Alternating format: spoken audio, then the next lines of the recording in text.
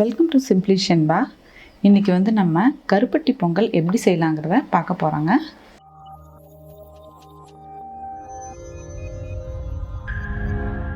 பார்த்திங்கன்னா நான் பச்சரிசி வந்து ஒரு டம்ளர் எடுத்து நல்லா கழுவி ஊற வச்சுருக்கேன்.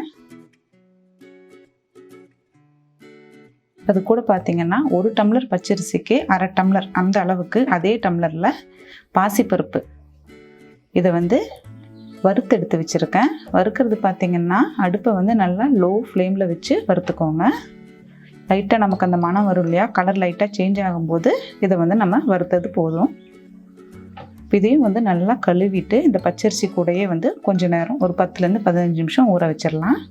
நல்லா கழுவி எடுத்துட்டேங்க. இப்போ வந்து இந்த பாசிப்பருப்பும் பச்சரிசி கூடையே சேர்த்துக்கலாம்.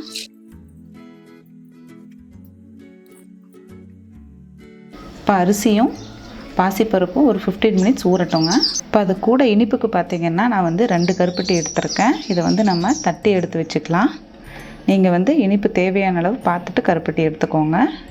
நான் எடுத்துருக்கிறது கருப்பட்டி பார்த்திங்கன்னா 250 கிராம் இருக்கும்.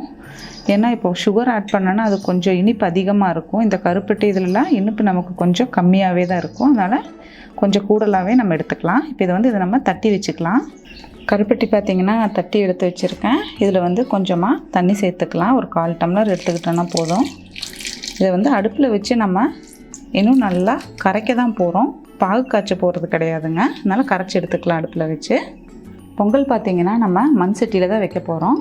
இப்போ வந்து அதில் வந்து நான் 3 டம்ளர் தண்ணி சேர்த்துருக்கேன். தண்ணி நல்லா சூடாகி கொதிக்கட்டும். அப்போ வந்து இந்த அரிசியும் பருப்பையும் அது கூட சேர்த்துக்கலாம். இந்த அரிசி பருப்பு ஊற வச்சதில் 1 டம்ளர் தண்ணி இருக்குங்க. மொத்தமாக 4 டம்ளர் நம்ம எடுத்துருக்கிற அரிசி பருப்புக்கு. இப்போ வந்து தண்ணி நல்லா கொதிச்சிருச்சு. இப்போ அரிசி பருப்பையும் அது கூட சேர்த்துக்கலாம்.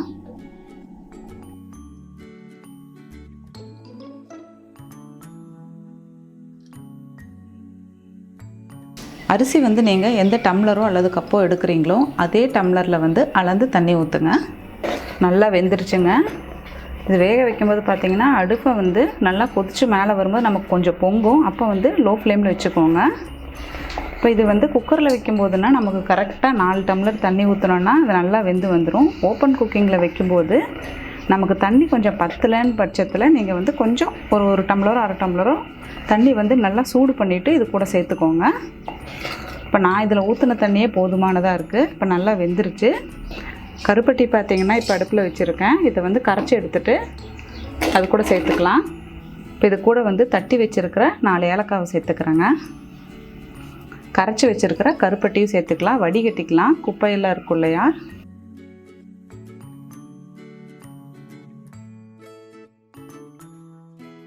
இனி நல்லா கலந்து விட்டுறலாம்.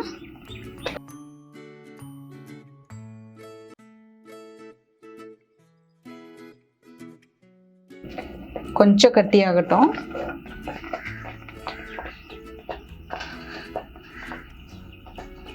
இப்போ வந்து பொங்கல் ரெடி ஆயிடுச்சுங்க. இப்போ பார்த்திங்கன்னா நம்ம கருப்பட்டி தண்ணி ஊற்றணும் இல்லையா, அது கொஞ்சம் கட்டியாகிற வரைக்கும் இருந்தால் போதும். இப்போ நமக்கு பார்க்குறதுக்கு கொலன்னு இருக்கிற மாதிரி இருக்கும். ஆற பார்த்திங்கன்னா இன்னும் நல்லா கட்டி ஆகிடும். இப்போ வந்து நெய்யில் வந்து திராட்சையும் முந்திரியும் வறுத்து இதில் சேர்த்துக்கலாம்.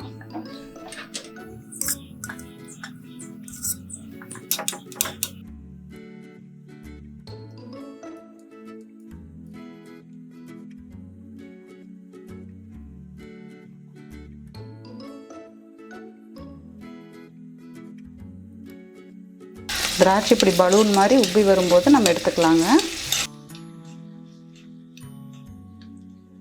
இப்போ இதை பொங்கலில் சேர்த்துக்கலாம்.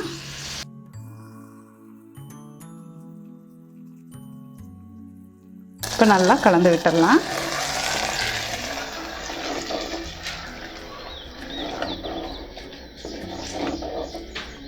இது இன்னும் ஆற நமக்கு இன்னும் நல்லா கட்டியாயிரும்.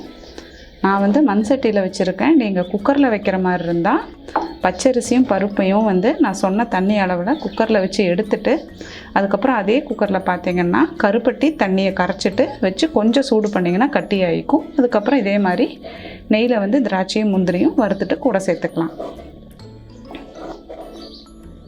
நீங்களும் இந்த மாதிரி கருப்பட்டி பொங்கல் ட்ரை பண்ணி பார்த்துட்டு கமெண்ட் பண்ணுங்கள்.